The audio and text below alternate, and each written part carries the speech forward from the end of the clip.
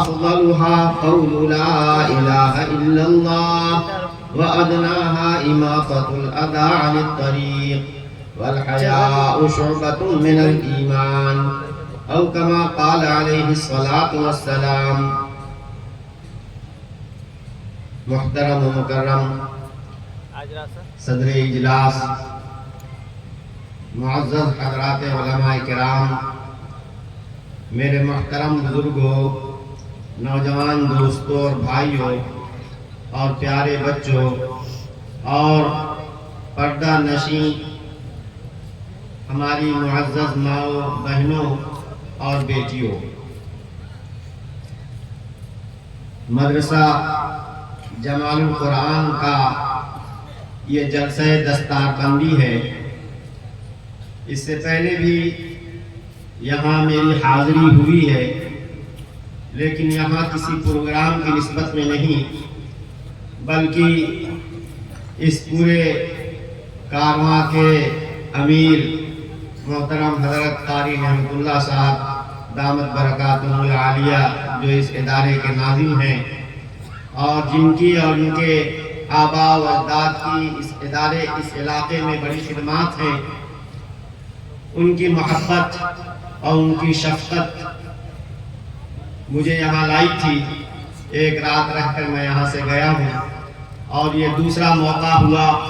یہ ان کی خلوص کی بات ہے، ان کی شفقت کی بات ہے کہ انہوں نے مجھے یاد کیا اور آپ سے بات چیت کرنے کا یہ سنہرا موقع عنایت فرمایا۔ اللہ سبحانہ و تعالی موقع بموقع دین کی بات کرتے رہنے کی ترغیب فرماتے ہیں۔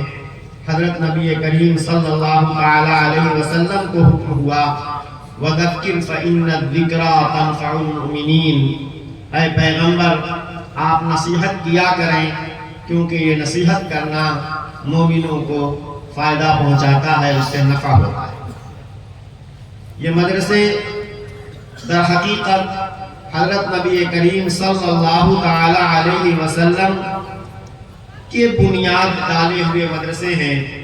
تعلیم کتاب و سنت کہ اللہ کی کتاب بندوں کو پڑھ کر سنانا، اس کا معنی اور مطلب سمجھانا اور اس پر عمل کرنے کا طریقہ بتانا، یہ خود حضرت نبی کریم صلی اللہ علیہ وسلم کا عمل رہا ہے، اور آپ کے بعد آپ کے وارث اور آپ کے نائب کی حیثیت سے امت کے علماء یہ کام انجام دیتے رہے ہیں، اور مدارس میں قرآن کریم پڑھنا، پڑھانا، تجوید کے ساتھ قرآن کریم کو سکھانا اور قرآن کریم کو حفظ یاد کرانا، پھر قرآن کریم کی تفسیر کرانا، اور قرآن کریم کے بعد کے ساتھ ساتھ جو اصل قرآن کا بیان اور شرح ہے، حضرت نبی کریم صلی اللہ علیہ وسلم کی پوری زندگی یہ قرآن کریم کا بیان ہے، یہ قرآن کریم کا معنی اور مطلب ہے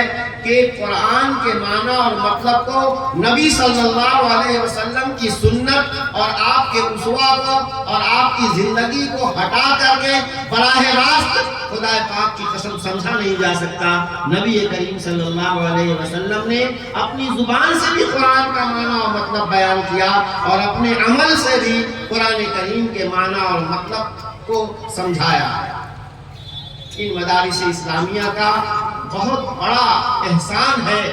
اللہ ہمارے ان بزرگوں کی قبروں کو نور سے بھر دے جنہوں نے بڑی ہی دور اندیشی سے، بڑی ہی دور کی سوچ کر آزاد مدارس، عام مسلمانوں کے روپے، 2 روپے، 10، 20 روپے چندوں کی بنیاد پر جو مدرسے چلتے ہیں، ان مدرسوں کی بنیاد ڈالی تاکہ قوم مسلم ان مدرسوں میں اپنے بچوں کو بھیجے اور اللہ کی کتاب، نبی کریم صلی اللہ علیہ وسلم کی سنت کی تعلیم وہ حاصل کریں اور جا کر کے پھر قوم کو ہدایت اور ان کی تعلیمات جو درکار ہیں ان کو وہ پیش کریں۔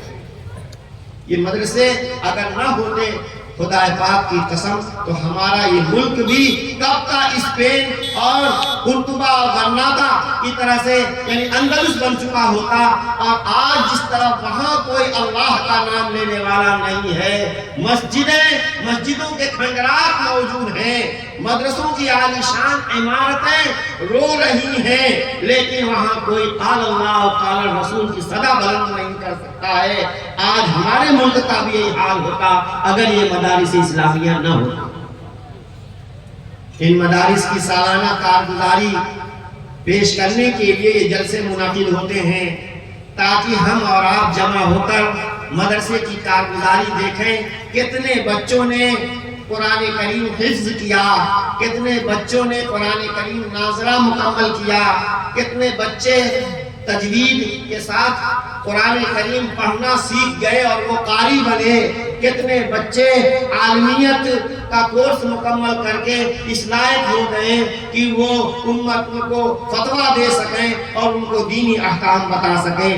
اور پھر ساتھ ہی ساتھ ان مدرسوں کو ضروریات کیا ہیں اور تقاضے کیا ہیں، ہماری ان مدرسے یہ ہماری ضرورت پوری کر رہے ہیں تو ان مدرسوں کو کیا ضرورت ہے، ہم خود اپنی آنکھ سے دیکھیں اور جائزہ لیں تاکہ ہمارا ضمیر جاگے اور مدرسوں کی ضروریات کو اپنی ضرورت سمجھتے ہوئے ہم مدرسوں کی ضروریات کو سمجھیں اور ان کی تکمیل کی کوشش کریں جتنا اللہ نے ہمیں وسعت دی۔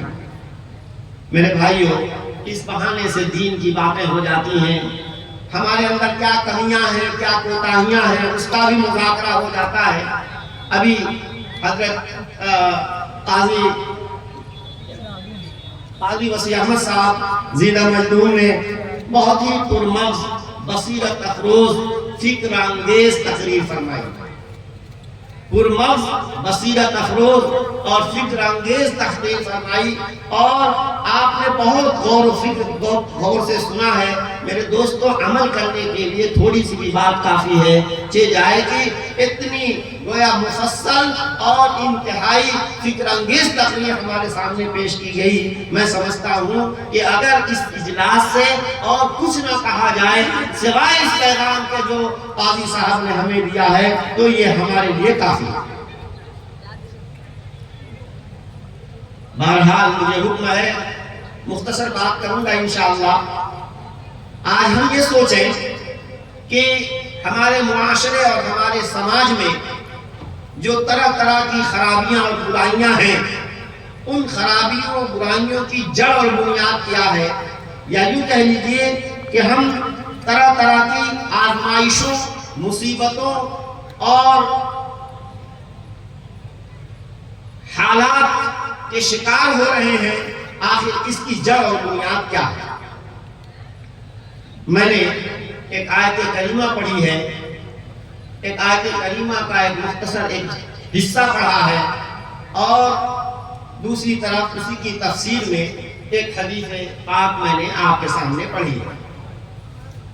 آیت کریمہ میں اللہ تبارک و تعالی نے ایک بنیادی صفت، انسان کی ایک ایسی بنیادی صفت کہ وہ اگر انسان کے اندر ہو تو تمام خوبیوں کا انسان مجموعہ بن جائے، اس کو اللہ نے بیان فرمایا ہے۔ اور وہ کیا ہے؟ حیا، شرم۔ یقیناً یہ حیا اور شرم ایک ایسا مادہ ہے اور ایک ایسی صفت ہے کہ واقعتاً اگر انسان اس زیور سے آراستہ ہو گیا اور حیا کی خوبی اس کے اندر آ گئی تو آٹومیٹک طریقے پر جتنی اچھائیاں، جتنی خوبیاں ہو سکتی ہیں وہ سب انسان کی زندگی کے اندر خود بخود آ جائیں۔ اور حیا اور شرم، خدا نخواستہ انسان حیا اور شرم سے عاری ہو گیا اور حیا اور شرم سے خالی ہو گیا تو جتنی برائیاں تصور کی جا سکتی ہیں وہ ساری کی ساری برائیاں انسان کے اندر آ جائیں گی۔ تمام تر خوبیوں کی جڑ اور بنیاد حیا اور شرم ہے، اور تمام تر برائیوں اور بدبختیوں کی جڑ اور بنیاد بے حیائی اور بے شرمی ہے۔ حضرات، جو اب تک کھانا نہیں کھایا ہے، بیٹھے کھانا کھا لیں، کھانے کا سسٹم بند ہونے والا ہے. مسجد کے پچھم جانب کھانے کا انتظام ہے. برائے مہربانی جو اب تک کھانا نہیں کھائے ہیں وہ جا کے کھانا کھا لیں. کھانے کا سسٹم بند کرنے والے ہیں. ہاں بھائی، کھانا بھی کھاتے رہیں اور کان جو ہے یہ جو بات چل رہی ہے اس بات کی طرف بھی آپ کا کان لگا رہے. تو جو ہمارے ساتھی کھانے سے فارغ نہیں ہوئے ہیں، بار بار اعلان کیا جا رہا ہے، منتظمین کو دقت ہوگی، ساری رات وہ کھلاتے رہیں، ان کا یہ کام نہیں ہے. یہ وہ ایک کام کر رہے ہیں اصول کے مطابق، ان کو بھی ساتھ سہولت ہو جائے. جو لوگ کھانے سے فارغ نہیں ہوئے ہیں وہ کھانے سے فارغ ہو جائے. تو حیا اور شرم اللہ تبارک و تعالیٰ نے موسیٰ علیہ السلام، چونکہ یہاں مستورات اور خواتین کی ایک بڑی تعداد موجود ہے، اس لیے میں نے خاص طور سے مستورات ہی کے تعلق سے جو بات کہی گئی میں انہیں اپنی گفتگو کا آغاز اسی سے کیا. حضرت موسیٰ علیہ نبینا علیہ السلام اللہ کے عظیم اولو العزم پیغمبر ہیں، اور موسیٰ علیہ السلام نے ایک فرعون کی قوم کا شخص اور ایک ان کی قوم کا شخص آپس میں وہ لڑ رہے تھے. دیکھا موسیٰ علیہ السلام کو جو دوسری قوم کا جو شخص تھا اس کی زیادتی نظر آئی. موسیٰ علیہ السلام نے تنبیہ کے لیے اسے ایک مکہ، ایک گھوسا مارا. اللہ کا کرنا اس کی موت اسی میں لکھی تھی، اس میں مر گیا. حالانکہ کوئی مکے سے تو نہیں مرتا، گھوسے سے، مکے سے کوئی آدمی مکہ اس لیے مارتا ہی نہیں ہے کہ مارنا مقصود ہوتا ہے اور اس کا قتل کرنا مقصود ہوتا ہے. اس کی موت تھی، وہ مر گیا. پھر اس کے بعد اسی طریقے سے یہ راز فاش ہوا اور قوم اور فرعون اپنے تمام درباریوں کے ساتھ موسیٰ علیہ السلام کو سزا دینے کی اسکیم سوچنے لگے. اللہ تبارک و تعالیٰ نے موسیٰ علیہ السلام کے دل میں یہ بات ڈالی کہ وہ راتوں رات یہاں سے نکل جائیں. چنانچہ وہ مصر سے نکل گئے. مدین ایک بستی تھی بہت دور، وہاں بھی ایک پیغمبر ہوا کرتے تھے، حضرت شعیب علیہ نبینا علیہ السلام. وہاں وہ گئے. ہوا یہ کہ دن کا دوپہر کا وقت ہے، دھوپ کی تیزی ہے، ایک جگہ پانی کا چشمہ ہے، لوگ جمع ہیں، لوگوں کی بھیڑ ہے، مرد بھی ہیں، عورت بھی ہیں، اور لوگ اپنے جانوروں کو پانی پلا رہے ہیں، لوگ اپنی ضروریات کے لیے پانی لے جا رہے ہیں. کنارے ایک طرف دو جوان لڑکیاں بکریاں لیے ہوئے کھڑی تھیں، انتظار کر رہی تھیں کہ یہ مجمع مردوں کا جب ہٹ جائے، جگہ ملے تو ہم اپنی بکریوں کو پانی پلائیں اور پھر گھر واپس ہوں. موسیٰ علیہ السلام ابھی نبی نہیں بنائے گئے ہیں، لیکن نبی بنائے جانے والے ہیں. یاد رکھیے، جس کو انسانیت کا معلم بنانا تجویز ہوتا ہے، جس کو نبوت سے سرفراز کیا جانا ہوتا ہے، شروع ہی سے اعلیٰ انسانی اقدار کے ساتھ اس کی تربیت کی جاتی ہے، اعلیٰ انسانی صفات کی اس کے اندر پائی جاتی ہیں. وہ انسانیت کا غمخوار ہوتا ہے، ہمدردی و غمخواری اس کے رگ و ریشے میں کوٹ کوٹ کر بھری ہوتی ہے. موسیٰ علیہ السلام نے دیکھا کہ یہ عورت ذات کب تک کھڑی رہیں گی، لاؤ میں ان کی بکریوں کو پانی پلا دوں، یہ واپس چلی گھر کو جائیں. انہوں نے ان سے بکریاں لیں، اور آپ کو معلوم ہی ہے کہ موسیٰ علیہ السلام کو اللہ نے بڑی طاقت دی تھی. وہ اگر چاہتے تو بھیڑ میں گھس جاتے، اسے ایک کوہنی مارتے دو ایک کو لے کے گرتا وہ، اسے ایک کوہنی مارتے دو ایک کو لے کے ادھر سے گرتا وہ، خوب اچھی خاصی جگہ بن جاتی. لیکن انہوں نے ایسا نہیں کیا، کیونکہ کسی کو تکلیف دینا جائز نہیں ہے.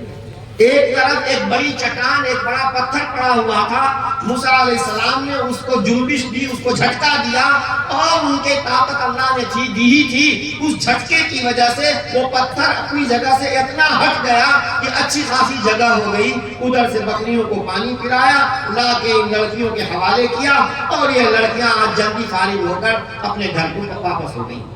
وہ ایک پیغمبر کی بیٹیاں تھیں، اللہ کے نبی کی بیٹیاں تھیں. ماں باپ جب بچے گھر سے نکلتے ہیں کسی کام کے لیے تو ماں باپ کو اس کام کی روٹین معلوم ہوتی ہے، اس کے حساب سے وہ بچوں کے آنے جانے کا انتظار کرتے ہیں. تو روزانہ ان لڑکیوں کے آنے کا جو معمول تھا، آج اس معمول کے خلاف جلدی واپس آ گئیں۔ باپ کے ذہن میں سوال پیدا ہوا کہ آخر یہ بچیاں جلدی کیسے آ گئی؟ انہوں نے پوچھا، بچیوں کیا بات ہے، آج تم کیسے آ گئی جلدی فارغ ہو کر کے؟ انہوں نے کہا، ابا جان، ایک نوجوان پردیسی، ہم نے کبھی نہیں اسے دیکھا، نیک سیرت لگ رہا تھا، نیک صورت، ایک بھلا انسان معلوم ہو رہا تھا، اجنبی ہے، پردیسی ہے، ہم نے کبھی اس کو نہیں دیکھا، اس نے نہ جانے کیوں ہمارے اوپر، ہمارے حال پر ترس کھا کر ہماری بکریوں کو جلدی پانی پلا دیا، جس کی وجہ سے آج ہم جلدی واپس آ گئے۔ وہ نبی تھی، وہ پہچان گئے یقیناً یہ کوئی اللہ کا بہت برگزیدہ بندہ ہے، یہ کوئی معمولی انسان نہیں ہے۔ اور خاص طور سے حضرت شعیب علیہ السلام کی قوم کا کوئی آدمی یہ کام کر دے ممکن نہیں تھا۔ کیوں؟ اس لیے کہ ان کی قوم کا عام مزاج تھا بے ایمانی کرنا، دوسرے کے حق کو دبا لینا، نہ تولنے کمی کرنا، اپنا حق کس کے وصول کرتے تھے، دوسرے کا حق ادا کرنے میں آناکانی کرتے تھے۔ جس قوم کا عمومی مزاج بے ایمانی کا ہو، اس قوم کے کسی فرد سے یہ توقع کی جائے کہ وہ ایثار و قربانی کا مظاہرہ کرے گا، یہ بات حضرت شعیب علیہ السلام کے ذہن میں نہیں آ رہی تھی۔ یقیناً وہ کوئی اللہ کا برگزیدہ بندہ ہوگا۔ بیٹی، هل جزاء الاحسان الا الاحسان، نیکی کا بدلہ نیکی سے ہونا چاہیے۔ اس نے ہمارے ساتھ نیکی کی ہے، بلا لاؤ، ممکن ہے وہ بھوکا ہو ہم اسے کھانا کھلا دیں، ممکن ہے وہ ضرورت مند ہو ہم اس کی ضرورت میں کام آ جائیں۔ چنانچہ یہ بڑی خاتون جو بڑی بیٹی تھی وہ بلانے کے لیے گئی ہیں۔ اب جو بلانے کو آئی ہیں تو ان کے آنے کا انداز اتنا نرالا، اتنا پیارا، اتنا اچھا تھا کہ اللہ پاک نے اس کو ہائی لائٹ کر کے بیان کیا۔ فرمایا فجاءتہ احداہما تمشی علی استحیاء، ان میں سے ایک خاتون ان کے پاس آئی حیا کی سواری پہ سوار ہو کر، حیا اور شرم کی پیکر مجسم بنی ہوئی، حیا اور شرم کا پتلا بنی ہوئی، انتہائی وقار کے ساتھ، انتہائی تمکنت کے ساتھ، پردہ کیے ہوئے، بے حیائی کہیں سے بھی بے حیائی کا دور دور تک کہیں عطا پتہ نہیں تھا، پورے وقار اور تمکنت کے ساتھ، حیا کے ساتھ پردہ کیے ہوئے آئی ہیں۔ اللہ تبارک و تعالیٰ کو ان کی یہ ادا اتنی پسند آئی کہ اللہ نے اپنی کتاب میں اس ان کے حیا اور شرم کی صفت کا بڑا اعلان فرمایا ہے۔ معلوم یہ ہوا کہ حیا اور شرم کوئی بہت اونچی صفت ہے جو اللہ تبارک و تعالیٰ کو اس قدر پسند ہے کہ اس خاتون کے اس صفت کو اللہ نے اپنے کلام پاک میں بڑے خاص انداز میں واضح کر کے بیان فرمایا ہے۔ حیا اور شرم کا انسان کے کردار بنانے میں کیا مقام و مرتبہ ہے۔ قربان جائیے میرے آقا مولا محمد الرسول اللہ صلی اللہ علیہ وسلم کا تو فرض منصبی ہی تھا قرآن کریم کے اشارات اور قرآن کریم کے معنوں کو سمجھا دینا۔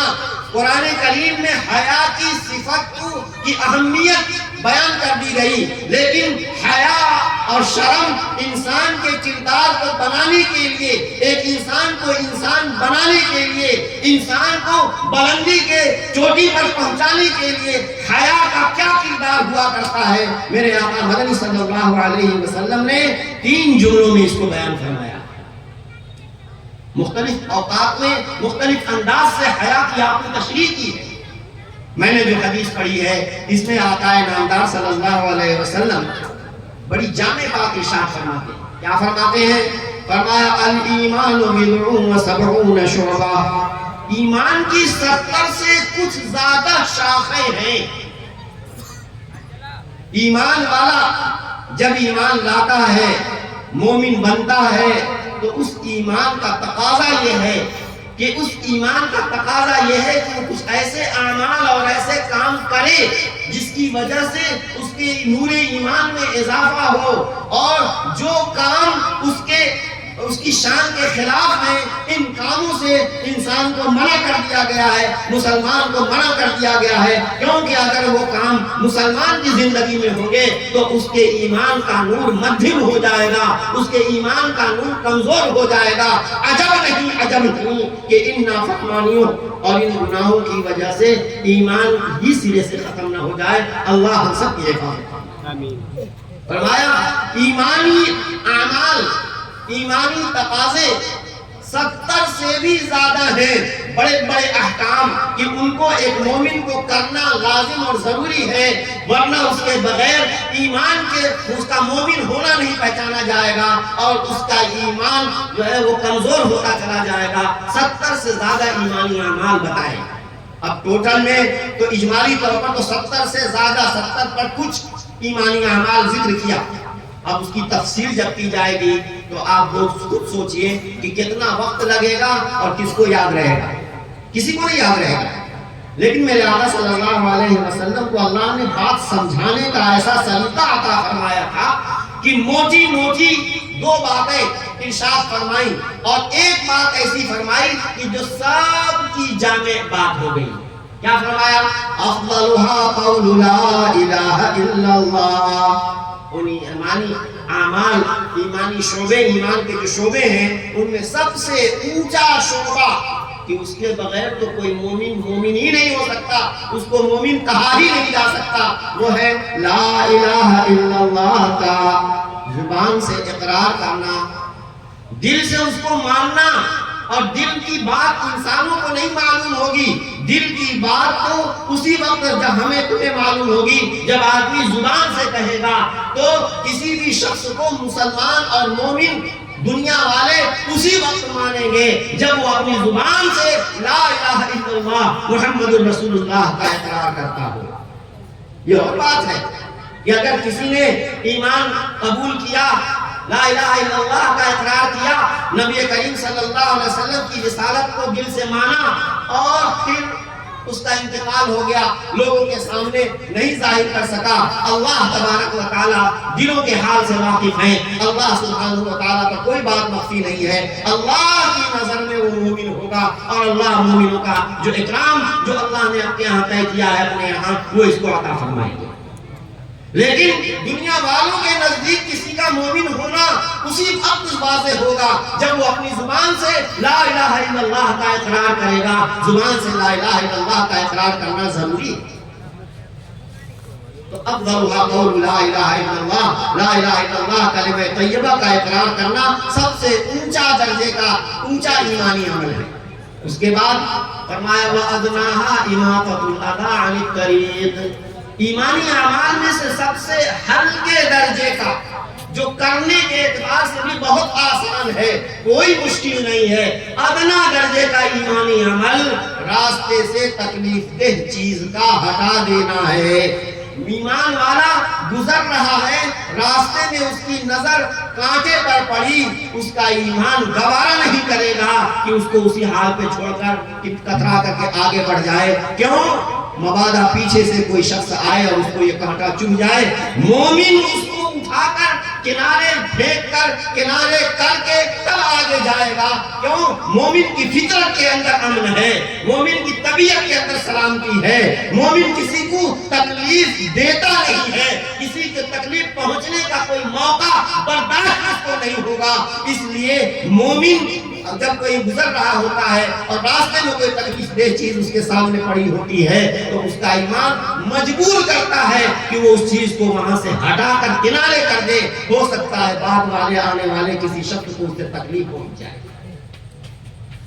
میرے بھائیوں یہاں رک کر ذرا ہم اپنا محاسبہ کریں.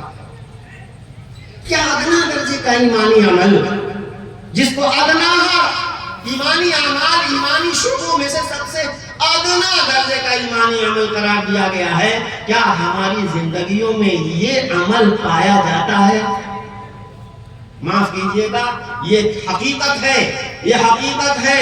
بلکہ برادران وطن تانا دیتے ہیں کہ اگر کسی آبادی کے کوئی مخلوق آبادی ہو تو کسی آبادی کے کسی حصے میں اگر گندگی زیادہ نظر آئے تو سمجھو کہ یہ میاں بھائیوں کا محلہ ہوگا. گندگی کوڑ بند ہماری پہچان بنتی جا رہی ہے. ہم اپنے بچے کو یہ تک تربیت نہیں دے پاتے ہیں کہ گھر کی صفائی ستھرائی کے بعد جو کوڑا کرکٹ کی بالٹی مائیں اپنے بچوں کو دیتی ہیں وہ یہ تلقین نہیں کرتی کہ اس کو لے جا کر کے اس جگہ ڈال کر کے آؤ جہاں میونسپلٹی کی طرف سے یا حکومت سرکار کی طرف سے جو جگہ بنی ہوئی ہے اس جگہ ڈال کر کے آؤ، یہ بھی تلقین نہیں کی جاتی۔ بچہ جلدی کے مارے وہ بالٹی کا وہ کوڑا کرکٹ کی بالٹی لے کے نکلتا ہے اور بیچ سڑک پر بیچ راستے پر اڑیل کر لے جا کر کے گھر میں ڈال دیتا ہے۔ حالانکہ ہمیں ہی تکلیف ہوتی ہے، ہمیں ہی تکلیف ہوتی ہے، ہمیں ہی اس سے اذیت ہوتی ہے۔ میرے دوستو، یہ النظافۃ شطر الایمان فرمایا گیا، صفائی ستھرائی ایمان کا ایک بڑا حصہ ہے، پاکی بھی ایمان کا حصہ ہے۔ النظافۃ شطر الایمان کہا گیا اور طہور شطر الایمان کہا گیا ہے۔ تو جس قوم کی ایمان کی علامت صفائی ستھرائی قرار دی گئی ہے اس قوم کا یہ حال ہو گیا ہے کہ اب پورا پن اس قوم کی علامت بنتی چلی جا رہی ہے۔ میرے دوستو، یہ بہت ہی عجیب و غریب بات ہے جب ہم ادنا درجے کے ایمانی عمل پر عمل نہیں کرتے اور نہ کراتے کا اہتمام کرتے ہیں تو بقیہ اعمال ایمانی کا کیا حال ہوگا ہم خود سمجھ سکتے ہیں۔ اب معمولی چیز چاول کے پوری دیگ کے ایک دانے کو نکال کر کے آدمی فیصلہ کر لیتا ہے کہ یہ چاول گلا یا نہیں گلا، پکا یا نہیں پکا یا کچا رہ گیا ہے۔ تو چاول کے ایک دانے سے پوری دیگ کا فیصلہ کیا جاتا ہے۔ آدمی کی اس بوڑھپن کی بنیاد پر فیصلہ کیا جا سکتا ہے کہ یہ کس قدر اپنے نبی کے احکام پر عمل کرنے والی قوم ہے۔ میرے بھائیوں، یہ تلخ حقیقت ہے۔ ادنا ہے امامت الاذان عن الطریق۔ اب سنیے، اعلیٰ درجے کا ایمانی عمل بتا دیا، ادنا درجے کا ایمانی عمل بتا دیا، 70 سے بھی اوپر ایمانی شعبے ہیں، ان کو سب بیان کیا بھی نہیں جا سکتا، سب یاد بھی نہیں کر پائیں گے۔ قربان جائیے میرے آقا صلی اللہ علیہ وسلم کی جامعیت پر اور آپ کے کلام پر، آپ کی قدرت پر آپ نے ایک جملہ فرمایا، وَالْحَيَاءُ شُعْبَةٌ مِّنَ الْإِيمَانِ۔ حیا ایمان کا امپورٹنٹ شعبہ ہے، اہم ترین حصہ ہے۔ کیا مطلب؟ ایک جملہ حیا کے بارے میں فرمایا کہ حیا ایمان کا بہت اہم شعبہ ہے، بہت اہم شعبہ ہے۔ یا کیا مطلب ہوا؟ مطلب یہ ہے کہ واقعتاً اگر انسان کی زندگی میں حیا آ گئی، اگر انسان حیا کا خوگر ہو گیا، خدا پاک کی قسم ایمان کے تمام شعبے آٹومیٹکلی اس کی زندگی کے اندر آ جائیں گے اور پورے دین پر وہ بڑی آسانی سے پھوکے انداز میں سب پر عمل کر لے گا، کیونکہ حیا کے زیور سے وہ آراستہ ہے۔ دین احکام قرآن کریم میں، نبی کریم صلی اللہ علیہ وسلم کی پاک احادیث میں، فقہ کی کتابوں میں جو کچھ بھی احکام و مسائل بیان کیے گئے ہیں، آپ دیکھیے ان کا مقصد یا تو اللہ کے حقوق ادا کرنے ہوئے یا بندوں کے حقوق ادا کرنے ہیں، حقوق اللہ اور حقوق العباد۔ یا تو بندوں کے حقوق ادا کرنا ان کا مقصد ہے یا ان تعلیمات کا، یا اللہ کے حقوق ادا کروانا ان تعلیمات کا مقصد ہے، حقوق اللہ اور حقوق العباد۔ یہی سب کا خلاصہ لب لباب ہے۔ میرے دوستو، اگر انسان کو حیا ہے اللہ سے، وہ اللہ جو ہر وقت اس کو دیکھ رہا ہے، الم یعلم بان اللہ یرا، کیا بندے کو یقین نہیں ہے کہ اس کا اللہ اسے دیکھ رہا ہے؟ رات کے انتہائی تاریکی میں کوچلی در کوچلی تمام روشنی اور کی جتنی بھی شکلیں ہو سکتی ہیں، سارے روشنی کے دریچوں کو بند کرنے کے بعد انسان اگر گناہ کرے گا تو اللہ کی نظر سے تب بھی نہیں چھپ سکتا۔ دل میں کیا چل رہا ہے، میرے دل میں کیا خیالات پک رہے ہیں، کیا تصورات ہیں، اللہ تبارک و تعالی علیم بذات الصدور ہے۔ دل کے حالات سے بھی اللہ تبارک و تعالی واقف ہے۔ دنیا کی کوئی طاقت انسان کے خیالات اور انسان کے تصورات کی واقفیت نہیں ہوتی، اسے واقف نہیں ہو سکتی۔ یہ صرف اور صرف اللہ سبحانہ و تعالی کی قدرت کاملہ ہے کہ وہ انسان کے دل کے خیالات اور تصورات سے بھی واقف ہے۔ جب بندے کو اس بات کا یقین ہے خدا پاک کی قسم نہ تنہائی میں وہ اللہ کا کوئی حکم توڑے گا، نہ لوگ مجمع میں لوگوں کو توڑے گا۔ جب انسان کو اللہ سے حیا اور شرم ہوگی، ایک بھی ایسا کام نہیں کرے گا جس سے میرا مالک اور میرا خالق ناراض ہوتا ہو۔ حقوق اللہ کی پوری طور پر پاسداری کرے گا۔ اور اگر بندے کو حیا اور شرم ہے بندوں سے، ماں باپ سے حیا اور شرم ہے کہ اللہ پاک نے انہیں ہماری پیدائش کا ذریعہ بنایا ہے، بھائی بہنوں سے انسان کو شرم آتی ہے کہ وہ اسی خون سے پیدا ہوئے ہیں جس خون سے میں بنا ہوں، اور پڑوسیوں سے اسے شرم آتی ہے کیونکہ میرے آقا صلی اللہ علیہ وسلم نے اور اللہ تبارک و تعالیٰ نے پڑوسیوں کے حقوق کی بہت تلقین فرمائی ہے۔ جس سے میں معاملہ کرتا ہوں، تجارت کرتا ہوں، اس سے شرم آتی ہے، کیوں؟ اس لیے کہ امانت داری کے ساتھ معاملہ کرنے میں برکت رکھی گئی ہے اور بے ایمانی کے ساتھ معاملہ کرنے میں بے برکتی بتائی گئی ہے۔ مجھے شرم ہے ماں باپ سے، میں ماں باپ کے حقوق ادا کروں گا۔ مجھے شرم ہے بھائی بہنوں سے، میں بھائی بہنوں کے حقوق ادا کروں گا۔ اور مجھے شرم ہے پڑوسیوں سے، پڑوسیوں کے ساتھ اس نے سلوک کروں گا۔ مجھے شرم آتی ہے چھوٹوں سے، میں چھوٹوں کے سامنے کوئی بے حیائی کا کام نہیں کروں گا۔ مجھے شرم آتی ہے بڑوں سے، تو میں بڑوں کا عزت و احترام کا پاس و لحاظ رکھوں گا۔ یقین مانو حیا اور شرم ایک ایسا جوہر ہے، ایک ایسی بنیاد ہے کہ اگر انسان حیا اور شرم کے زیور سے آراستہ ہو گیا، خدا پاک کی قسم کوئی حکم شرعی، چاہے حقوق اللہ کے تعلق سے ہو، چاہے حقوق العباد کے تعلق سے ہو، کوئی حکم کسی بھی حکم کی حکم عدولی نہیں کر سکتا۔ اور مجال کیا ہے کہ وہ اس میں گڑبڑی کرے، کیونکہ شرم جو پاور ہے، وہ پاور اس کے پاس موجود ہے، وہی پاور انسان کو تمام حقوق کی ادائیگی کے لیے مجبور کرتا ہے۔ کتنی جامع بات ارشاد فرمائی۔ اب میں ایک اور حدیث سنا دوں۔ میرے آقا مدنی صلی اللہ تعالی علیہ وسلم نے صحابہ کو مخاطب کر کے ایک مرتبہ فرمایا، حضرت عبداللہ بن مسعود رضی اللہ تعالیٰ عنہ اس حدیث کے راوی ہیں، فرمایا کیا فرمایا؟ استحیوا من اللہ حق الحیاء، ارے لوگو اللہ سے شرم کرو، اللہ سے شرم کرو، جیسے کہ اللہ سے شرم کرنی چاہیے ویسی شرم کرو۔ اب بڑا بتائیے صحابہ بے لجے تھے کیا؟ صحابہ کو خود نبی کریم صلی اللہ علیہ وسلم کی صحبت بابرکت سے کہاں پہنچ گئے، ان کی طرف سے بے حیائی اور بے شرمی کے مظاہرے کا تصور نہیں کیا جا سکتا۔ چنانچہ انہوں نے صاف جواب دے دیا جو ان کے دل میں تھا، وہی زبان سے کہہ دیا، اِنَّا لَنَسْتَحْيِي وَالْحَمْدُ لِلَّهِ، اللہ کا شکر ہے اے نبی ہمیں اللہ سے شرم آتی، ہم بے لجے نہیں ہیں، ہم بے حیا نہیں ہیں۔ لیکن میرے آقا صلی اللہ علیہ وسلم کو صحابہ کے واسطے سے ہم بے حیاؤں کو حیا کی تلقین کرنی تھی۔ ہم لوگ جو جانتے نہیں ہیں کہ حیا کا کیا تقاضا ہے، ہم حیا کا مطلب نہیں جانتے، ہم جان کر کے بھی حیا کی ایسی تیسی کر کے رکھ دیتے ہیں۔ ہم نااہلوں کو نالائقوں کو سمجھانے کے لیے میرے آقا صلی اللہ علیہ وسلم نے صحابہ کا واسطہ بنایا ہے۔ اور سنو، حیا کا کچھ مطلب ہوتا ہے، حیا کی کچھ نشانی ہوتی ہے، حیا کے کچھ تقاضے ہوتے ہیں۔ اگر انسان کی زندگی میں وہ علامتیں پائی جاتی ہیں تو سمجھا جائے گا کہ انسان حیادار ہے، وہ علامتیں نہیں پائی جاتی تو کیسے کہا جا سکتا ہے کہ وہ انسان حیادار ہے؟ حیا میں سب سے اہم چیز جانتے ہو کیا ہوتی ہے؟ سب سے اہم چیز یہ ہوتی ہے، حیا کی بنیاد کیا ہوتی ہے کہ انسان پر کوئی احسان کرتا ہے، کوئی اس کے ساتھ حسن سلوک کرتا ہے، تو اگر انسان کے اندر ذرا بھی حیا ہوگی تو وہ اس احسان کرنے والے کے سامنے بچ جائے گا، جھک جائے گا، اس کا مطیع و فرما بردار ہو جائے گا، اس کا منت شناس۔ اور اگر حیا نہیں ہے تو کتنا ہی بڑا وہ احسان کر دے گا، انتہائی درجے کا نمک حرام بن جائے گا۔ اگر انسان نمک حلال ہے تو سمجھو کہ حیادار ہے، نمک حرام ہے تو سمجھو کہ انتہائی درجے کا بے حیا انسان ہے۔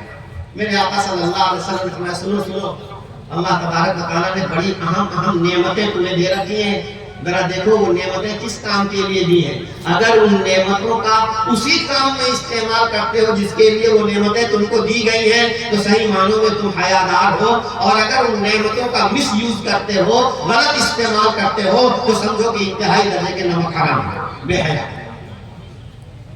ارے بھائی آپ جہیز منع ہے لیکن آپ لوگ جہیز دیتے ہیں.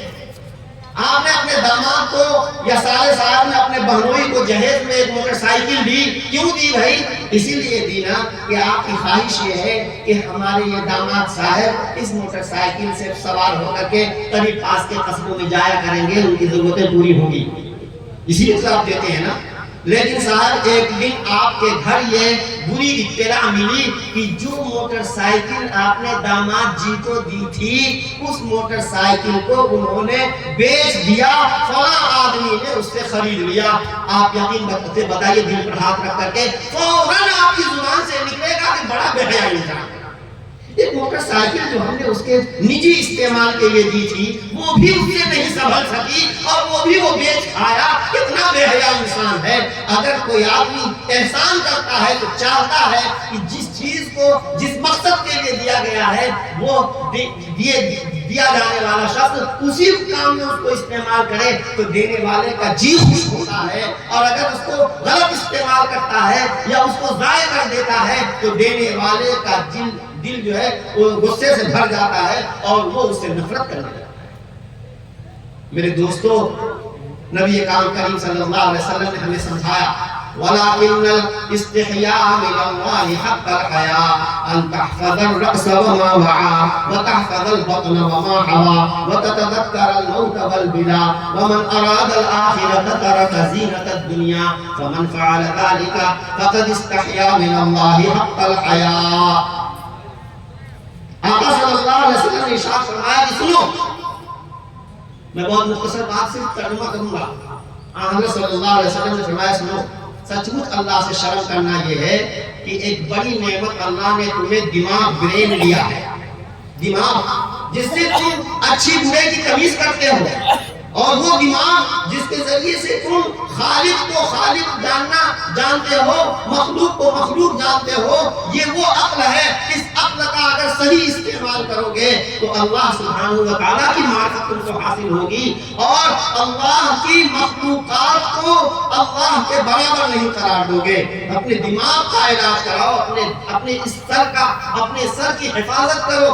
سر کی حفاظت یہ ہے کہ اس میں جو عقل اللہ نے دی ہے اس عقل کا صحیح استعمال کر کے اللہ کی توحید کے قائل بنو, اللہ کے ساتھ کسی کو شریک مت قرار دو اور اللہ تبارک و تعالیٰ کے حکموں کو مت توڑو, خلق خدا کو تکلیف مت پہنچاؤ. اس عقل کے ذریعے ایسی سازشیں اور ایسی اسکیمیں مت بناؤ جو خلق خدا کو نقصان پہنچانے کے لیے رچی جاتی ہیں.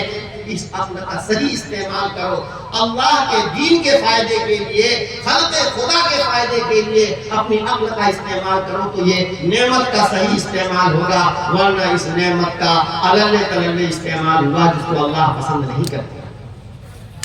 سر کی حفاظت کرو, غیر اللہ کو سجدہ مت کرنا, خبردار خبردار. یہ صرف اور صرف اللہ کے سجدے کے لیے انسان کا سب سے ارفع حصہ ہے. خبردار یہ نہ جھکے, صرف احکام الحاکمین کی چوکھٹ پر جھکنے کے لائق ہے کہ یہ احسن تقویم خوبصورت ترین مخلوق کا سر ہے. ہرگز کسی مخلوق کے آگے نہیں, نہ زندہ نہ مردہ, نہ چھوٹا نہ بڑا, کسی کے سامنے یہ جھکنے کے لائق نہیں ہے. یہ صرف اور صرف ایک رب العالمین کے سامنے جھکنا چاہیے. میرے آقا صلی اللہ علیہ وسلم نے صاحب فرمایا اگر میں کسی انسان کو سجدہ کرنے کی اجازت دیتا تو بیوی سے کہتا کہ وہ اپنے شوہر کو سجدہ کیا کرے کہ وہ اس کا مجازی خدا ہے اور اس کی عفت و عصمت کا مالک ہے. لیکن چونکہ میں کسی غیر اللہ کو سجدہ کرنے کی اجازت نہیں دیتا اس لیے اس کی بھی اجازت نہیں ہے, ورنہ تو شوہر اس لائق ہوتا کہ اس کی بیوی اتنی اطاعت کرتی کہ اس کے سامنے سجدہ کرتی. لیکن سجدہ کرنا چونکہ کسی غیر اللہ کو جائز نہیں ہے اس لیے میں اس کی بھی اجازت نہیں دیتا.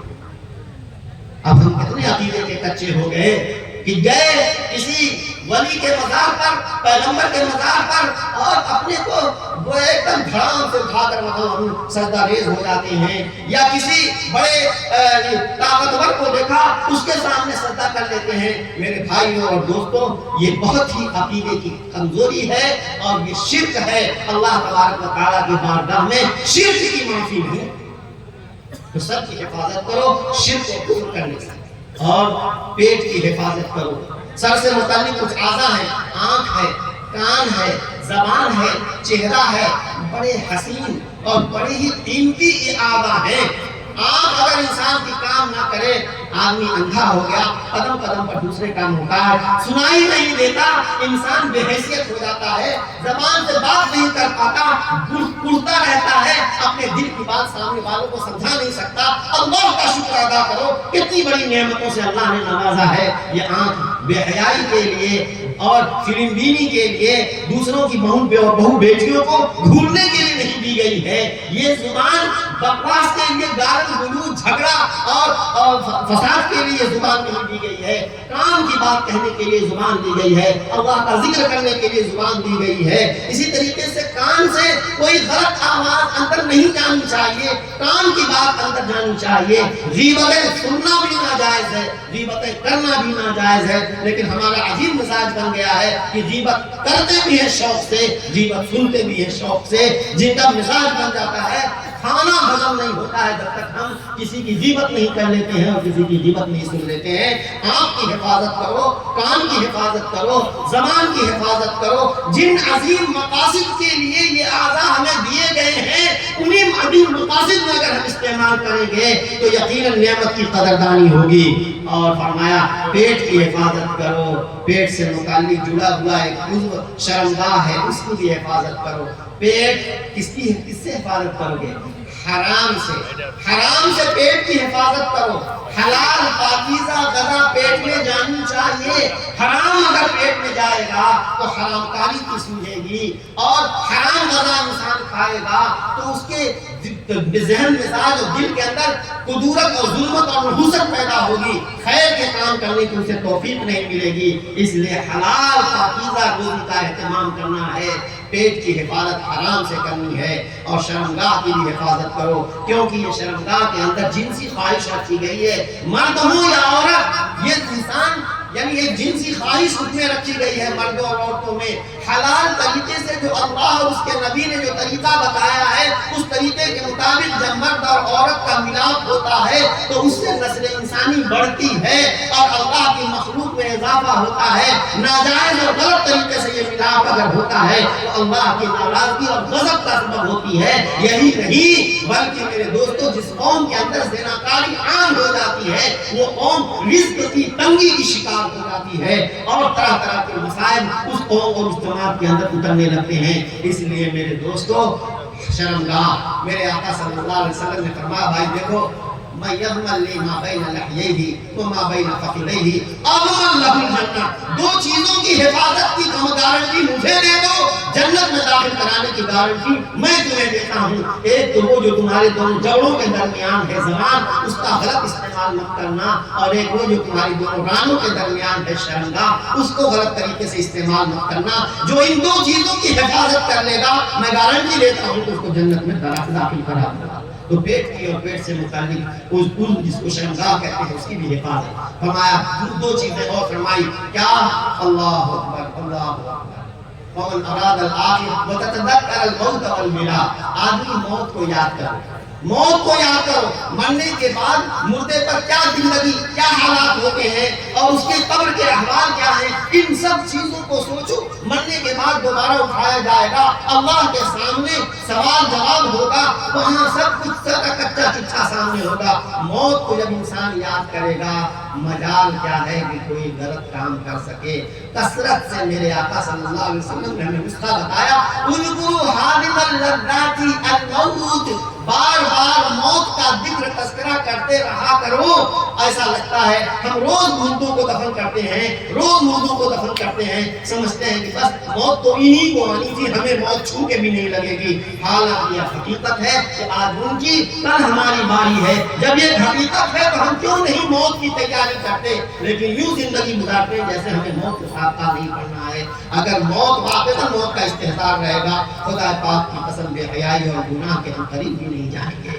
اور فرمایا کہ دیکھو ہمارا وطن اصلی جنت ہے۔ جو آدمی اصل وقت جس کی نظر جنت پر ہوگی تو وہیں اپنے مقصد میں لگا رہے گا۔ یہ جو راستے میں جو اچھے بناؤ سنگار خوبصورت منظر ہمارے سامنے ہے، اس میں ہم بھی نہیں لگائیں گے۔ پردیس میں ہم جاتے ہیں کمانے کے لیے، آدمی ضرورت کی وجہ سے جاتا ہے، دل اسی گاؤں کے اس جھوپڑی پہ لگا رہتا ہے. جو انسان کے اپنے وطن کی جھوپڑی میں جو سکون ملتا ہے وہ بمبئی اور مدراس کے 5 اسٹار ہوٹلوں میں وہ سکون انسان کو نصیب نہیں ہوتا ہے, کیونکہ وہ پردیس ہے. پردیس میں کسی کا جی نہیں لگتا ہے. میرے دوستو, یہ دنیا پردیس ہے, وطن اصلی ہمارا جنت ہے. جب وطن اصلی ہمارا جنت ہے تو دنیا میں کیسے ہمیں چین آئے گا, اب دنیا کی زیب و زینت سے کیسے ہم کو انسیت ہوگی. جو اصل میں جو آخرت کی زندگی بنانا چاہے گا, جو جنت میں جانا چاہے گا, وہ دنیا کی زیب و زینت سے ہٹ جائے گا. فرمایا میرے آقا صلی اللہ علیہ وسلم, جو یہ 6 کام کر لے گا, سر کی حفاظت کر لے, سر سے جڑے ہوئے اعضاء کی حفاظت کر لے, پیٹ کی حفاظت کر لے, پیٹ سے جڑے ہوئے عضو میں یعنی شرمگاہ کی حفاظت کر لے, موت کو یاد کرتا رہے کثرت سے, موت کے بعد کے حالات کا استحضار کرتا رہے, اور دنیا کی زیب و زینت میں نہ الجھے, وطن اصلی جنت پر اس کی نظر رہے. جو یہ کام کر لے گا صحیح معنوں میں اس کی زندگی کے اندر حیا کے مظاہر, حیا کے نمونے کھلے طور پر نظر آئیں گے. اور حیا اور شرم ہی تمام خوبیوں کی جڑ و بنیاد ہے. یقین مانو اگر انسان حیا کا خوگر بن گیا تو تمام خوبیاں خود بخود اس کی زندگی کے اندر اکٹھا ہو جائیں گی. دنیا بھی اس کی کامیاب, آخرت بھی اس کی کامیاب. اللہ پاک ہم سب کو حیا کا خوگر بنا دے, وہ حیا جو تمام زیورات سے بڑا زیور ہے, جو تمام خوبیوں کا منبع اور سرچشمہ ہے. اللہ سبحانہ و تعالی ہم سب کو حیا کا خوگر بنا دے. اللہ تعالی میری باتوں پر مجھے بھی عمل کرنے کی توفیق عطا فرمائے, اور آپ بھائیوں کو بھی عمل کرنے کی توفیق عطا فرمائے. وآخر دعوانا الحمدللہ رب العالمین.